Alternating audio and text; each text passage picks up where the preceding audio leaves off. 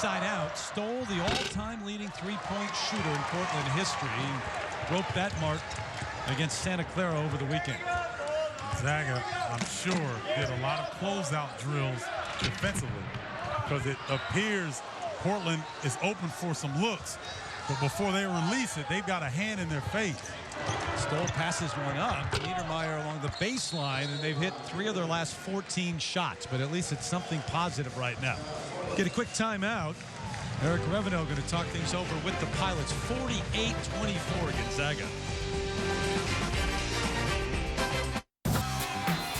Ryan, thanks. Here, it's a 48-24 game. Gonzaga, number 13 team in the nation, coming off a loss. First loss in they won 22 straight overall in the West Coast Conference until the defeat at San Francisco on Saturday. 27 in a row in the regular season in conference. And that can breed a little complacency, and I think that's what Gonzaga was battling until they suffered their first loss. But they have come out and righted the effort tonight. Well, and we've talked about it. They get everybody's best shot, night in, night out. And I don't care where you're at. I mean, that's difficult to deal with. It takes a guy like Mark Few. It's why they're so impressive as a program. You saw that they haven't lost back-to-back conference games in a decade. Foul inside on Portland. And, Terry, that's an argument to me that allows Gonzaga to be ready come tournament time. They get criticized for playing in the West Coast Conference, but when you get everybody's best shot, that's an elevated level of competition that you're going against night in and night out. Well, two things. First of all, the West Coast Conference has gotten better. St. Mary's stepping up, Portland stepping up. And then the non-conference schedule is ridiculous for them. Yes. They go out and play everybody. Yes, they play anybody, anywhere, at any time. So they're used to playing different styles. There's different styles in the West Coast Conference, and there's different styles of play that Wake Forest, Illinois, Duke, Michigan State, some of the teams that they play the non-conference slate. So you go around the country and not only play the top teams, but you're right, the different styles, the way the game is called in different conferences. Schmelders with the miss. Luke Sikma, the follow.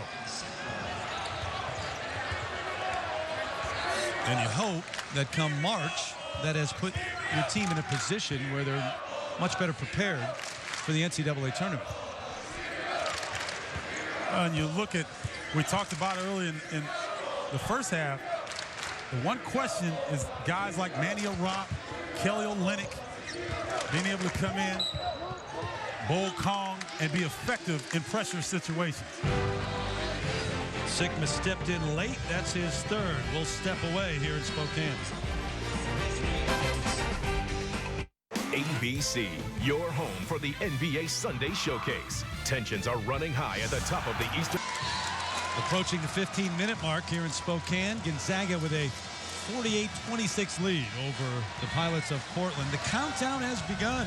Just 4 days away from number 2 taking on number 6 in the Big East, and number 1 against number 10 out of the Big 12. Kansas taking on the Longhorns of Texas. Big Monday kicking off rivalry week presented by Cisco. Terry, we had the pleasure of doing Texas earlier in the season at the CBE tournament in Kansas City, and they look like world beaters, but they have struggled in the half-court offense in Big 12 play. They've got to right the ship. They had got some of the best depth in the country, however. And if they can right the ship, they'll be a dangerous team come tournament time. Okay, tournament time, though, it does become a little more of a controlled game, a little more of a half-court game. Even if you're a deep team and you like to run and you try to go that pace, down the stretch, you've got to get it done in the half court, can they? Well, they've got Dexter Pittman on the interior that's going to draw a double team or he can score. You've got Damian James, who is playing as well as anybody in the country, can create his own shot. It's somewhat of an enigma that they're not able to score in the half court because they have so many weapons. Avery Bradley, Hamilton on the wing, Jacobin Brown at the point guard position. I mean, they've got guys that can score the basketball. Stoll letting it go from the G in Gonzaga. And there's the foul. It's going to go against Matt Bolden. That's his second. Crowd, especially the students, not liking that call. Terry, how's that feel to be able to let the ball fly like that when you come across half court? I remember a few years, my man. Come on, man. Are you serious? Yeah, you might have had a few more assists at Illinois than I had at NC State. I didn't think much about passing it, but Well, you could shoot the rock. You didn't have to pass it.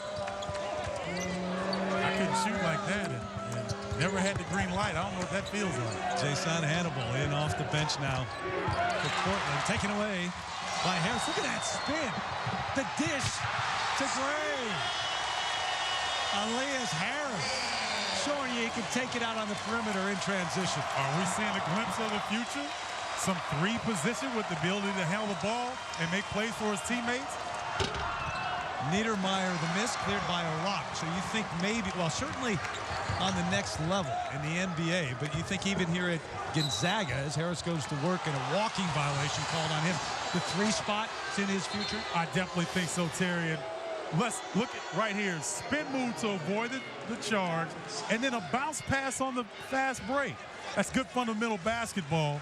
And yes, I do think we'll see that because Mark Few is so evolved on the offensive end. He loves trying to develop his guys and assist them to be the best that they can. You know, we're thinking about next year, the pieces to the puzzle and where they may fit in. There are some, as Campbell continues to struggle from the floor. And the foul's called against the Zags on the rebound. And it's going to go against Manny Arap. There are some who think that Elias Harris could come out after this first year. In talking to him, sure doesn't sound like it. No, he's got his head screwed on right. Not that he wouldn't have it screwed on right if he came out early, but here's a young man that doesn't quite have the AAU seasoning of the youngsters in the United States. He's coming from Germany, a small town, didn't have to go through an agent to try to recruit him. Yep. So he's got a whole different makeup. He likes college. He likes being here. He likes developing as a young man. I think we'll see him here next season. Well, Jared Stoll struggling here in the second half. And Eric Revenue did not need that. 24-point game. 27-point game. Wow, how impressive have they been tonight? And I keep reminding our viewers, Portland's a good basketball team. They've got some very good wins in the non-conference slate. But when you come and you're playing against a team that's coming off a loss, and you know they had a terrific week of practice, it shows out here.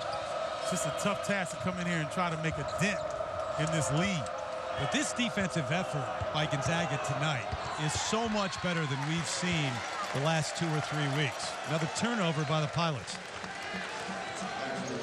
And you know it's been there. Eric Revenue, you know, coming in, I'm sure, thought, hey, maybe we can take advantage of that a little bit. It's a difference between last year and this year with Gonzaga. They were better defensively. Tonight, they've been terrific. Oh, they've really concentrated on cutting the head off of the team, which is T.J. Campbell.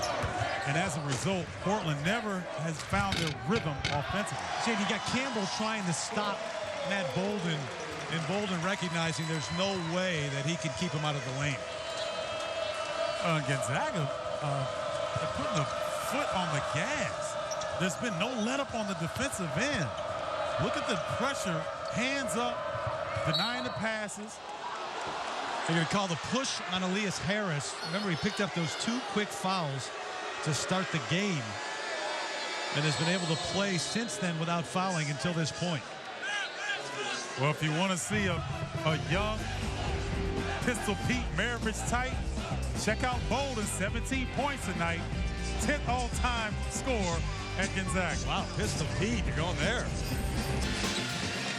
You know, they've got their stars in L.A. They go out to Pauley Pavilion in Westwood. We got some stars here, too. How about the Olympic champ, Peggy Fleming, in town for some appearances and watching the game tonight. John Stockton also here, one of the all-time greats. He's in his usual seat at McCarthy.